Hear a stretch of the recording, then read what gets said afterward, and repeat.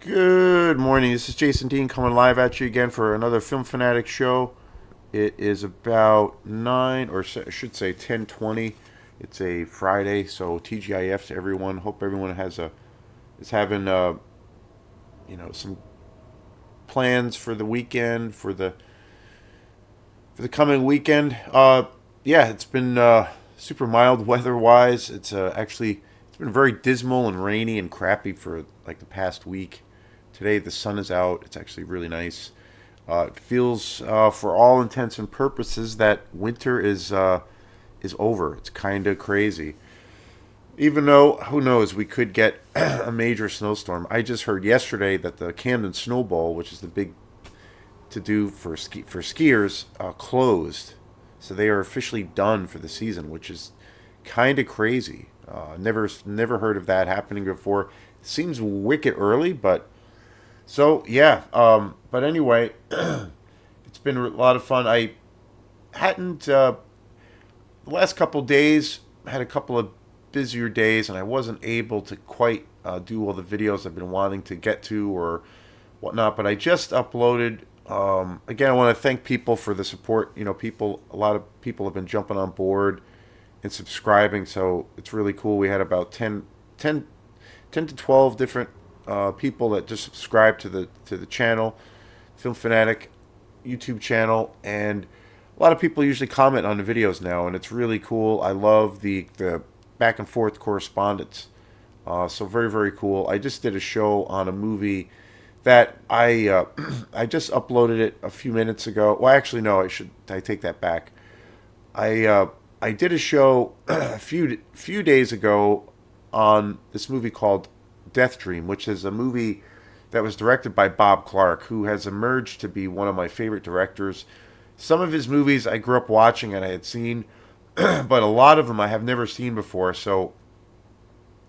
And I've just been blown away by how great his films are. I had just bought Death Dream, which I had heard so much about, and it just blew me away. I did a show on that, and that was a lot of fun. And then I just did a show yesterday or the day before, and then I uploaded it this morning about that director, the very director Bob Clark, who is, I think he was one of the most talented directors around, and he was able to have such a unique career, so much diversity, and he was able to, work in the world of total, like, the independent film, and then also work in the big Hollywood system, yet always retaining integrity and really high quality films. And and he's made some of the most important and some of the most iconic horror films ever. The biggest one being Black Christmas, the greatest and the most important. Well, not that I should say, my favorite slasher film of all time is Maniac from Bill Luswig.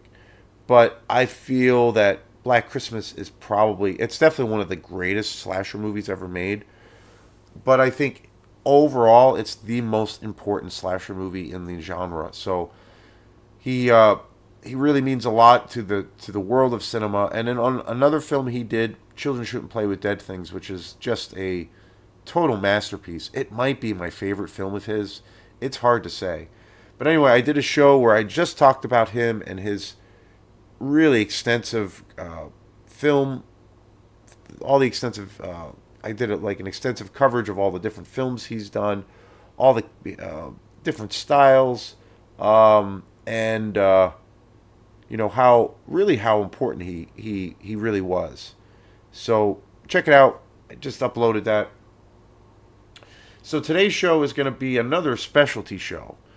And I have talked about this movie. I have talked about this book, this novel in the past. I did a show on this movie in the it's probably almost 2 years ago when the movie came out, and that is Dune. So today, Saturday, tomorrow, I'm actually going to go see Dune Part Two, which is directed by Denis Villeneuve, who is just an amazing director. So I'm super excited. It was 2 years ago when the first Dune came out, and I think that movie's a complete masterpiece. So I started watching it again. I've seen it probably about 4 or 5 times. I just about finished it the other day, and I wanted to do a show where I want to talk about everything, all things Dune, and kind of why it's also my favorite science fiction novel of all time. So I kind of wanted to do a show kind of culminating the movies that have come out, the TV shows, the books themselves, and the anticipation for this new movie, Dune 2. At face value, again, I don't always talk about or, I don't know, read into or buy into too heavily as far as reviews for new films and what have you. But I do check those out. Sometimes they are pretty spot on and they are important. And I think, generally, when a movie overall across the board is really, really talked about, really, really admired or looked up to, for the most part, for all intents and purposes, chances are it's probably pretty good. It's going to be good. And, but again, that can mean a lot of different things sometimes. And also, when a movie has really terrible reviews, like across the board, that can give you a sense of what the movie is like. But again, you have to really, at the end of the day, you really have to check out that film by yourself and, try not to, which is easy to do, but try not to go in with this, this perception of how you feel the movie's going to be, because that can, that can ruin the experience or alter the experience, as opposed to just going into the film and seeing it at face value and just having that experience for good or bad. One of the cases of where a movie that I saw a few years ago, and since then I've bought it and I've seen it a bunch of times, is Halloween Ends. That movie really got destroyed by critics and people alike, and it bombed in the box office. And then I saw it in the theater, and I actually really like that movie. I'm probably a rare voice out there saying that, but I really think it's actually really a good movie. It's really original. It has a risk factor to it that I really appreciate. And that was the case of a movie that was completely lambasted in every possible way. But I really enjoy that movie quite a bit. I think it's the best in the newer series of the Halloween movies. And then certain movies that I feel that maybe get so much acclaim that it might be almost to the point of, well, kind of an example of that, of things swinging the other way. Maybe, but I would say the Avatar movies, for instance. Those movies pretty much were embraced by many people and critics alike, especially critics. I do like those movies, but I also feel there's a lot of things about those movies I don't really like. Mainly the lack of, originality in a lot of ways. I do like them. I've seen them, but those are movies that were really, really embraced, made so much money. And, I went in to see those, especially Avatar 2, which was the last one. I saw that in the theater. And that's kind of an example of a movie that I feel is overly hyped. I do think it's a good movie. It's a spectacle. It was really cool to see on the big screen. But afterwards, I was like, I had the same kind of issues a lot of times around how acclaimed the film itself was, particularly around which I felt was the lack of originality. So those are just two examples of how, movies, whether it's good or really, really negative, the hype around certain films. And, you have to go in and have that experience yourself. You have to make up your mind. And for the reviews for Dune 2 have been pretty much through the roof. I've heard lots of good things. People that have seen it have said that it's incredible. I've also seen lots of reviews by people who, or not heavy duty reviews. I do. It is my favorite book of all time, so I do know how it ends. I do know the story, but still, Denis Villeneuve, the director, definitely took some artistic liberties. It's going to be a different experience, obviously, from the novel, so it will be a surprise, hopefully for good or bad. So this movie has gotten so much great acclaim, and it's made a shit ton in the box office. It's made twice the amount of money already within. It opened last weekend, and just within the first, I believe, 3 or 4 days of the film, it made twice the amount of money back, as opposed to the first one, which was a very successful movie financially. You have to kind of, as far as reviews go, and how all of those things play out, you just have to, take it at face value for what it is.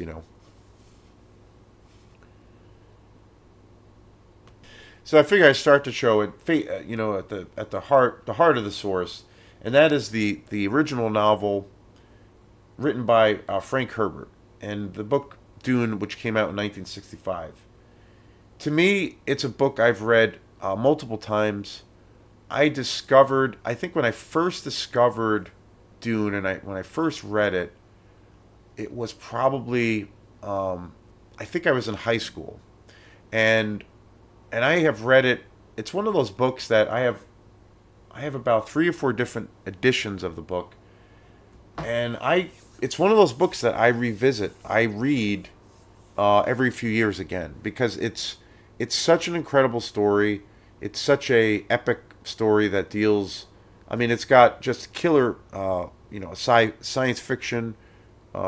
It's got such an amazing and killer science fiction aesthetic, but it deals with so many different issues. I mean, you have amazing battle scenes, but then you deal with, kind of to a degree, multiculturalism, the struggle for power, love, and the discovery of questioning, your own reality, and the idea around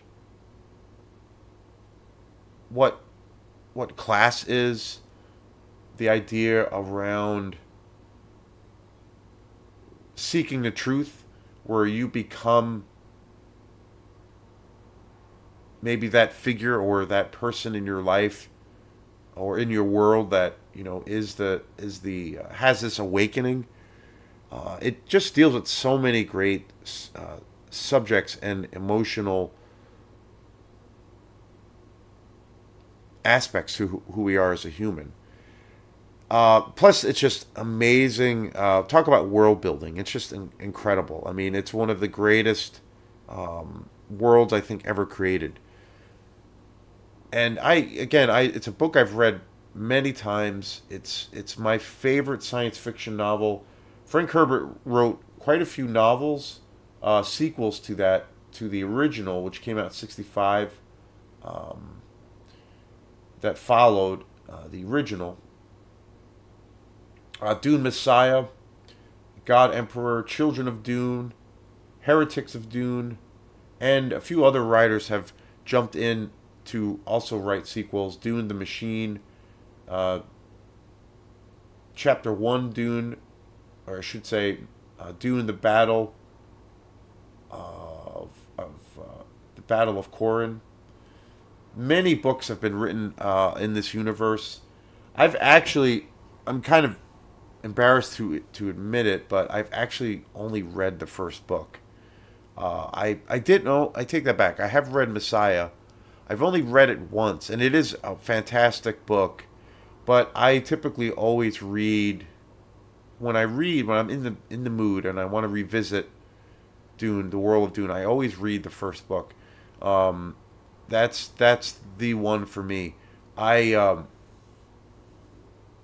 the thing that's so great about Dune is, again, like it touches on so many different things. Family, loyalty, intrigue, suspense, incredible battle scenes, the technology. It has this really interesting thing of where It has a real unique influence of various cultures where, where it can be indigenous, native, like a native American or a native way of life, Middle Eastern culture. It has elements of that, and then it's also very much set in this interesting reality where it could be, 1,000 years ago or 1,000 years into the future. So it just deals with so many things, kingdoms and families, the House Atreides, the struggle for power, just so many different things. And the thing that I love so much about Dune is that you get, it's very dense there, but there are so many nuanced, subtle things that the book touches on, like a lot of those kind of points I just raised. So it's so layered, and it's so, you really have to, um, it's a lot of material, and it's dense, but in a good way. Where I feel like it's one of those books and stories that you can revisit and get something new out of it. I remember when I read Dune for the first time, I really took to the central character Paul Atreides because it was really interesting because I felt like what he was talking, kind of what his character about was, kind of coming into his own and realizing, you know, taking a character who is maybe not taken as seriously or feels even to a degree weak on himself and that he is powerless. But then he kind of has this, emergence as almost taking on this savior, characteristic, where he is actually incredibly powerful, and he actually has this ability to really come into his own and to really question everything around him and to become this great protector and a voice for the people and kind of this underdog.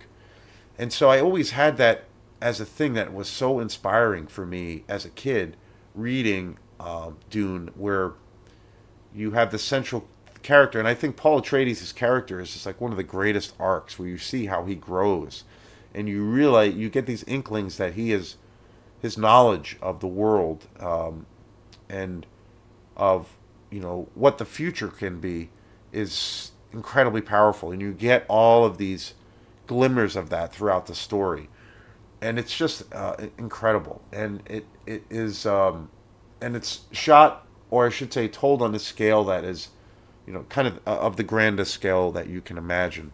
So I always felt like that was really inspiring, especially reading that as a kid, where it was like, you go through this period, especially as you're an adolescent, where you feel like you don't really, nothing you do really matters, or you're just, you're kind of in this mundane existence. But then you realize, well, no, I can, I can maybe create my own path or find my own voice. And I always felt that was something that I took from the novel that was really inspiring. Plus, it's just kick-ass science fiction. You know, I'm a huge Star Wars fan, but there was something deeper about Frank Hubert's work that just really resonated with me differently. It had a deeper quality to it than, say, George Lucas, even though those books and that story, the first three films at least, it's a masterpiece. But it just really, Dune just really kind of got into that kind of personal thing more. Plus, it had this psychedelic element, which I always loved. I just thought it had this real dreamlike psychedelic quality to it that I always loved, and was always it was always so different from anything else that I ever read in the science fiction genre. And it has, obviously, it's a beloved collection of books, especially the first one. And, in a lot of ways, it's, there's been many editions of Dune. There was the David Lynch movie that came out.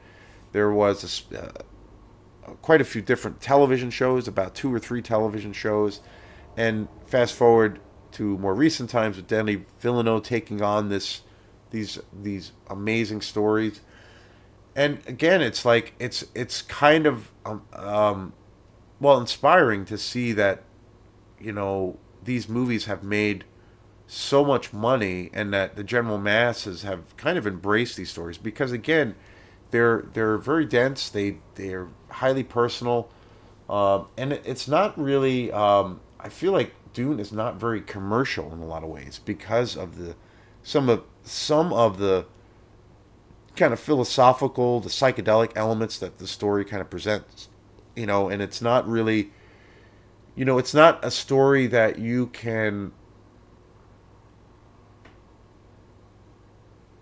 be reading it or be immersed in it and while doing other things. It's something you have to you have to live with, you have to pay attention to it, you have to focus on it because it's dense and it does deal with so many of these different things. It's not real. It's definitely not popcorn. It's not a popcorn style of a film. So it's kind of inspiring to see something that has really like a deep quality to it, and it can really find an audience. Like you have to kind of think about this film and the story and what Frank Hubert is bringing to the table. And it's kind of inspiring that something so literary and dense can really resonate with people. Of course, the first adaptation of Dune came out in 1984, and it was directed by the infamous David Lynch. It stars Kyle MacLachlan, Francesca Annis, Patrick Stewart, Sean Young, and of course Sting. I've always loved this movie. Dean Stockwell is also in it. It has a real, I don't know, I think in hindsight or historically, it has kind of this weird cloud around it where David Lynch, he really struggled with the studio when this film was made. He really was at odds with, he kind of he's always like distanced himself from this film. I'm a huge David Lynch fan. But he's always distanced himself from this film in a lot of ways because he felt he was so, kind of stifled by the studio. And he just, really had to battle with the executives the whole way.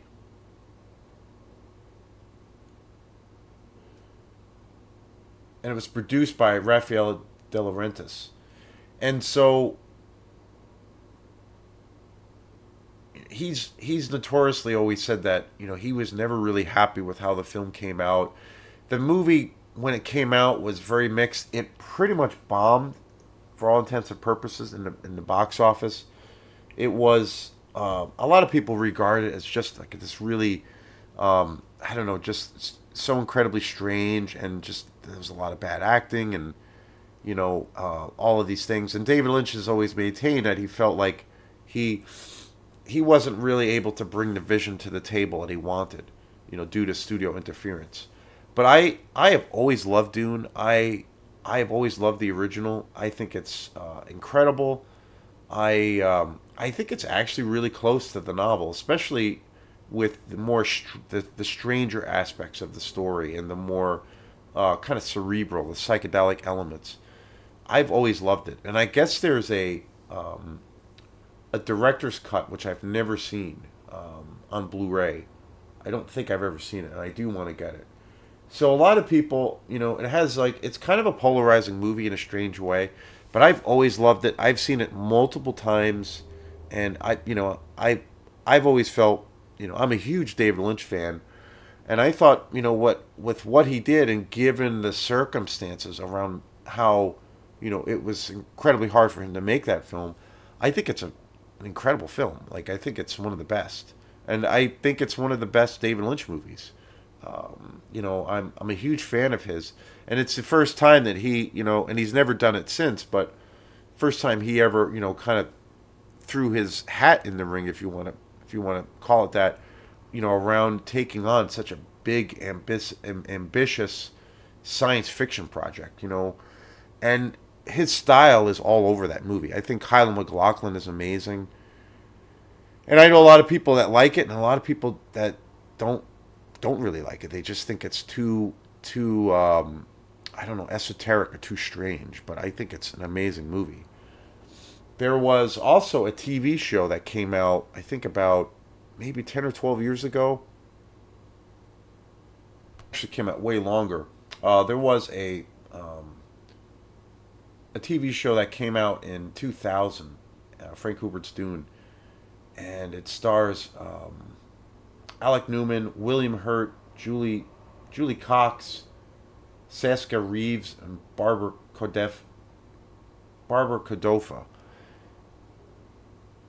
And it was a regular series. I believe it was on the Sci-Fi Channel, but very good. I think it's awesome. Again, I think it's a really great adaptation of the book, but it gives something new. It's quite a bit different. It's obviously obviously the tone of this TV show compared to David Lynch's movie is way different. Obviously, it's not quite as cerebral or strange, which I love that element of the around David Lynch's version.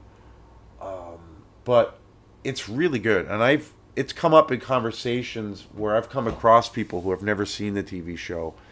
It's actually one of and I've always recommended. I think it's really really good. It is something I do want to buy at some point. I do need to and really want to get the original David Lynch on Blu-ray. I have it on.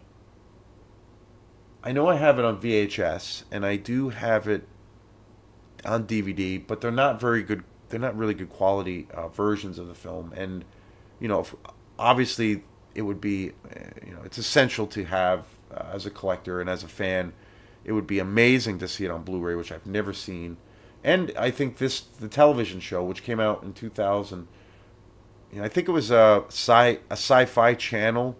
It originally aired there, but I remember it being a pretty popular show. But it's great. It's actually a really, really good adaptation. Very unique, very different, and pretty close to the source material.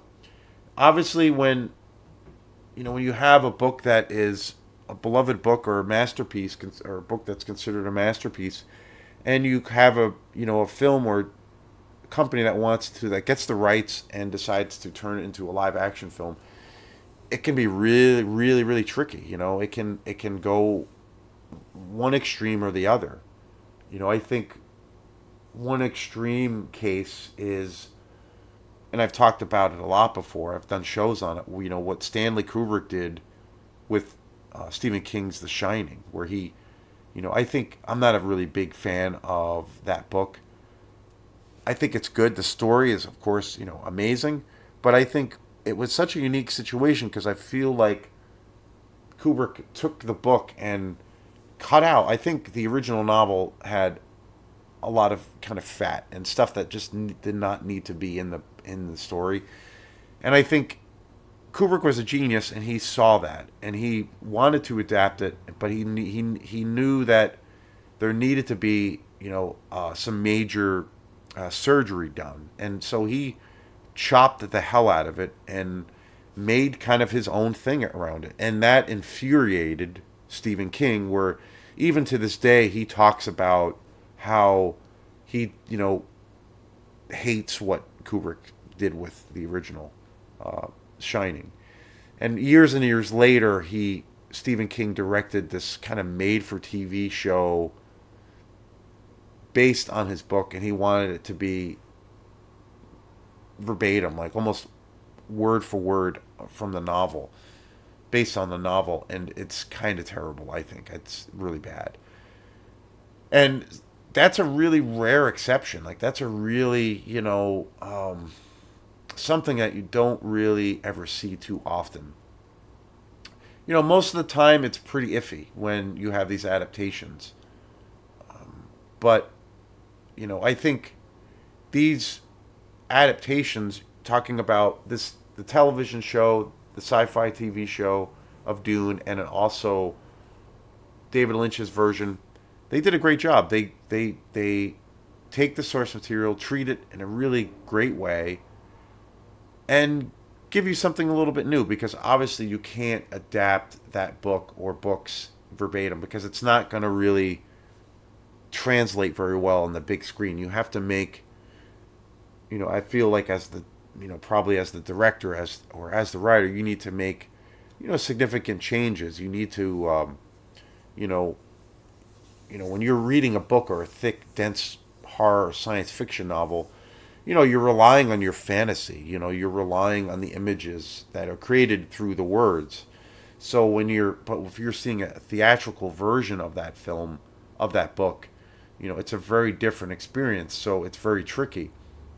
But I think the TV show of Dune and of course David Lynch's 1984 film did a fantastic job, of that. And if you go back and forth between those TV shows, they give you something unique and different. There's a different tone.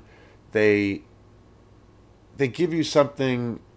They pay tribute, but yet they give you something a little bit new and something you're not going to get. Each experience is different. And like I said, I go back every 2 or 3 years or so. I read Dune again, and that is still a masterpiece. And it's so great to go back between those three things. And now talking about Denis Villeneuve, who is one of the most important directors around. He's one of my favorite directors of all time. And I was just talking to someone about a friend who I'm going to go see Dune 2 tomorrow with, and she was, obviously not aware of so much who the director was. And I said, yeah, Denis Villeneuve, he is. And actually, the funny thing is, she's never seen Dune. I don't think she's seen any of them. She's never read the book. So she was totally into going to the movie, and a couple other friends that are going are, very much, especially one of my friends, Mike, he is way into it. He's more well read in about the Dune universe than probably I am. And so they're very excited. They're familiar. They've seen, they've read the books. They have, seen the movies. They've seen the TV show. But it was something she never checked out. So she kind of gave herself homework to watch Dune before. And we had this ongoing joke where I was like, well, I hope you like it. Because again, it's not commercial work in a lot of ways because it's kind of dense. She's a very smart person, and I think she is very open-minded. So I think she might find it very, very cool. So she has homework that she's trying to do where she's going to watch the movie, the original, I should say, Denis Villeneuve's first film, and then we'll watch the second two, because I think going into it cold would be really, really, not pointless, but it would be, I would be lost. But Denis, and I was talking to her about the movie last night, and I was talking about Denis Villeneuve and just, all the amazing films he's done, and how I think he's definitely one of my favorite directors. In some ways, I think as far as like newer contemporary directors, he's probably my favorite director, because of the diverse kinds of genres that he's explored. The quality of his films is through the roof. Like, they're all just amazing. Anything that he's attached to is just incredible. I own all of his films on Blu-ray. His films, like I said, I think they're all masterpieces. I mean, the first film of Denis Villeneuve's that I ever saw, I remember it was a funny experience. I had seen this movie. It was quite a few years ago now. It's been out for quite a while. It was the first Denis Villeneuve movie I saw, and it's called Prisoners, with Jake Gyllenhaal, Hugh Jackman, and it was one of those movies I saw at the video store, Opera House Video. I saw it for a while, on the racks in the new releases, and I was, I don't know, reluctant to see it. And for some reason, I thought it looked, I don't know, just kind of generic, or just kind of a plain Jane, detective story for some reason. And I had heard, and I kept seeing it, on the shelves, and I was like, yeah, it looks okay, but I was always pulled in a different direction, and I would end up renting something else that I thought would be cool or cooler. And so it just sat there. And then one day on a whim, I decided to get it, and I rented it, and I was totally freaking blown away by it. I mean, I was like, this movie, it's a brutal movie. It's super harsh. It's super dark, but I was like enamored with it. I'm like, holy mackerel! And it was such a unique. Denny Villeneuve just kind of presented this really unique vision, and it was something totally unique. And I was like hooked. I ended up buying it after I saw it. I rented it a couple times. Totally thought it was an incredible movie, and then I bought it on DVD shortly after, and I own it now on Blu-ray, and it's an amazing film. Like it is such an incredible detective story in a lot of ways. It's got elements of horror to it also, but just an incredible movie. I think it's one of the best movies or best roles that Hugh Jackman's ever done. I'm a huge Jackman fan, and that movie, I always liked him, but when I saw Prisoners the first time, and even now when I watch it, I'm like, this is probably the best role he's ever done. Jake Gyllenhaal is amazing in it. He plays the cop, the detective investigating this disappearance. Ah, just such a damn good movie. And that's how I discovered Denis Villeneuve. I was totally blown away. And after that, I went out of my way to check out any of his movies. Movies like Sicario, which with Benicio del Toro, just a masterpiece about the drug trade. And another science fiction masterpiece, The Arrival. Just completely blown away by that movie. Also, I thought what he did for the Blade Runner franchise, Blade Runner 2049, was incredible. I love that movie. A lot of people hate that movie, but I think that movie's freaking awesome. And to follow up Blade Runner, one of the craziest and one of the most ambitious ideas that's kind of like, in all intents and purposes, is built to fail. He, like, I felt, knocked it out of the park. I think that movie's amazing. And I bought, I own all of these movies on Blu-ray. He did another film with Jake Gyllenhaal called The Enemy, which is so damn good. Super underrated. I don't know. So many great films. I think maybe his best movie might be, for me, Sicario. Like, that movie is so balls to the wall. It's such an intense thriller. Josh Brolin is also in that. He's in the Dune films. And then also, Benicio del Toro. I mean, it's an amazing film. And it's about the CIA and the whole kind of the war on drugs, but the drug trade in Mexico. And it is such an intense movie. So I became a huge Denis Villeneuve fan. And I felt like everything he's done and has been gold. Everything he's attached to, like, has just been terrific. So when I saw that he was going to be doing, taking on Dune, I was just like, holy shit, like, that's crazy. Like, if you're gonna do something so ambitious, and tackle something like Dune, you couldn't find a better filmmaker if you tried. Like, he has a lot of diversity. He can make thrillers. He can make, you know, science fiction. He can dive into action movies. Just he can jump around into so many different styles. But I think he's got a really good knack for the science fiction element. If you watch The Arrival, like, that movie is just immaculate, and Blade Runner 2049, like, just, amazing. And so I was like so thrilled that he was going to be directing it. And it came out to 2021. I was really bummed that I did not go to see it in the theater for various reasons. Some stuff got in the way, and I was like, I don't know what happened. And So I did not get a chance to see it in the theater, and it stars Austin Butler, Timothy Chalamet, who plays Paul Atreides, Florence Pugh, Zendaya, Rebecca Ferguson, Christopher Walken. Well, actually, Christopher Walken's in the new one, which I'm really excited.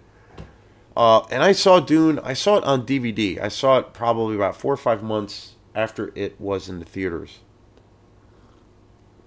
and my jaw dropped. I was completely blown away by it. It was under weird circumstances because the studio was originally Denis Villeneuve wanted to make 2 movies, possibly 3 movies. He was going to divide up the first movie into 2 basic chapters, Dune 1 and Dune 2, and then possibly do if the first basically if the agreement was with the studio, if the first movie reached an audience and was successful, they were going to greenlight the second project and possibly the third project. So it was a weird circumstance. So it really needed to make money because again, the track record for Dune, very very popular, very iconic, but as far as when it comes to dollars and cents, especially the movies that are out there, well, really the only one movie, Dune, bombed pretty much in the box office. It was kind of a disaster. It went on later on to kind of have a cult following, and I think it's made significant amount of money since then, but initially it bombed totally in the box office. So that was it has this black cloud around it, and Denis Villeneuve has done this before where he has gotten involved with a franchise that is incredible, but financially has not been very successful. Case in point with the Blade Runner films. The original Blade Runner, directed by Ridley Scott, one of the greatest masterpieces ever made, totally went in the toilet. It bombed completely. It found an audience many years later, and it became like this cult film. And now, many years later, it's regarded as one of the greatest and one of the most important science fiction movies ever. So it's had this long drawn out trajectory. And then also the same thing happened when Denis Villeneuve directed Blade Runner 2049, the sequel. It followed every step of the way of the same exact trajectory as the original Blade Runner as far as commercial success, where it completely bombed in the theater, and it was considered to be a total failure. It got embraced by a lot of critics, but then a lot of people were like highly critical of it, saying it was too long or too boring, too cerebral. A lot of the same criticisms that were attached to the original, and it followed the same trajectory in the subsequent years of that movie coming, going out, on DVD or Blu-ray or for rental or whatever. It's found an audience, and I think now it's like it's probably made its money back quite a few years later, and the people that are into it, like me, are really rabid about the film and have supported the movie. So it followed the same trajectory. So Dune was kind of the same kind of situation where he was tackling a movie and a story that was incredibly well known, but commercially outside of the book, it has not made any money. And but to see that when the first film came out, again, I was blown away by it. For my money, I feel, again, I love the other editions. I love the David Lynch version, but I feel like for my money, the Denis Villeneuve's version that came out 2 years ago, 2021, is definitely, for me, the greatest adaptation of the story. I would even go as far as saying that I almost prefer watching it than reading the novel, and I think it's because it just really gets to the source and the heart of what the story is quicker, and there is less there's less barriers to getting to that experience. Again, not knocking the book because it's my favorite book of all time, But I almost prefer that experience. I almost prefer watching Denis Villeneuve's version over everything else. Definitely, it's my favorite movie. It's my favorite big screen adaptation, and I almost enjoy it more than the books. So it's because it's a little bit, I don't know, easier to digest at times, maybe. But amazing. And so the film was very successful, and then he got the green light to make the second one, and then I remember seeing the trailer for Dune 2, probably a couple of months ago, and super excited. And then the thing that I was gonna make myself do was I was not gonna wait till it came out on DVD or Blu-ray. I was like, I'm gonna go to see this thing in the theater. So I'm going to see it tomorrow. I'm super excited. I do have Dune, Denis Villeneuve's first movie from 2021. I do have it on Blu-ray. This is an amazing edition. I bought this about a year ago on Blu-ray, and it's incredible. It's so epic. The first time I saw Dune was I think it was on DVD, and it was still good. It was still really great. But the Blu-ray special edition that I got is spectacular. Like it's amazing, and it's got a lot of special features on here, which is really incredible. Um, it's got a couple hours of special features of interviews, but I'm blown away by it. I think it's a masterpiece, and so I'm super excited about tomorrow and going to see the second one. I've heard some people saying it's one of the best movies, if not the best movie that's come out in 10 years. That's saying a lot, but this movie is going to be much more kind of the second chapter of the book, and it's going to be, I think, much more action driven, even though I think the action in the first is spectacular. But I think a lot of those things will be ramped up because that's what happens in the story. Paul Atreides is kind of coming into his own. He's like seeing his potential, seeing who he is. So, and he, leads this kind of revolution. So it's going to be an experience. I hope it's really great. I'm trying to go into it without too much stuff on, in my head about, I'm going to love this movie. I'm going to love this movie. You don't want to do that. I have a feeling it's probably going to be amazing, but I want to try to go into it cold. So I would have loved to have seen this in fucking IMAX. Like, that would have been just jaw-dropping, but closest IMAX is like 2 hours away, and it's the logistics of that, it seems kind of crazy. But so we're going to see it at Flagship, and Flagship has definitely done a really great job with improving their theater. So I've seen some really great films there, and I've had some good experiences there. They have the reclining seats, and they redid everything. This Dune will be in the best theater that they have, which I'm psyched. So I will definitely be doing a review probably Sunday or Monday, the following day, or days, whether I like it or not. I'm going to be doing a review on Dune 2. So stay tuned for that. I did do a big review of Dune, Denis Villeneuve's movie, a while back. That has been on the channel for a while. But being that I'm going to go see Dune 2, and I'm, been thinking about the movie and the anticipation, I wanted to do a show just about basically the Dune universe, which I think is the greatest, science fiction world ever created. So stay tuned for the next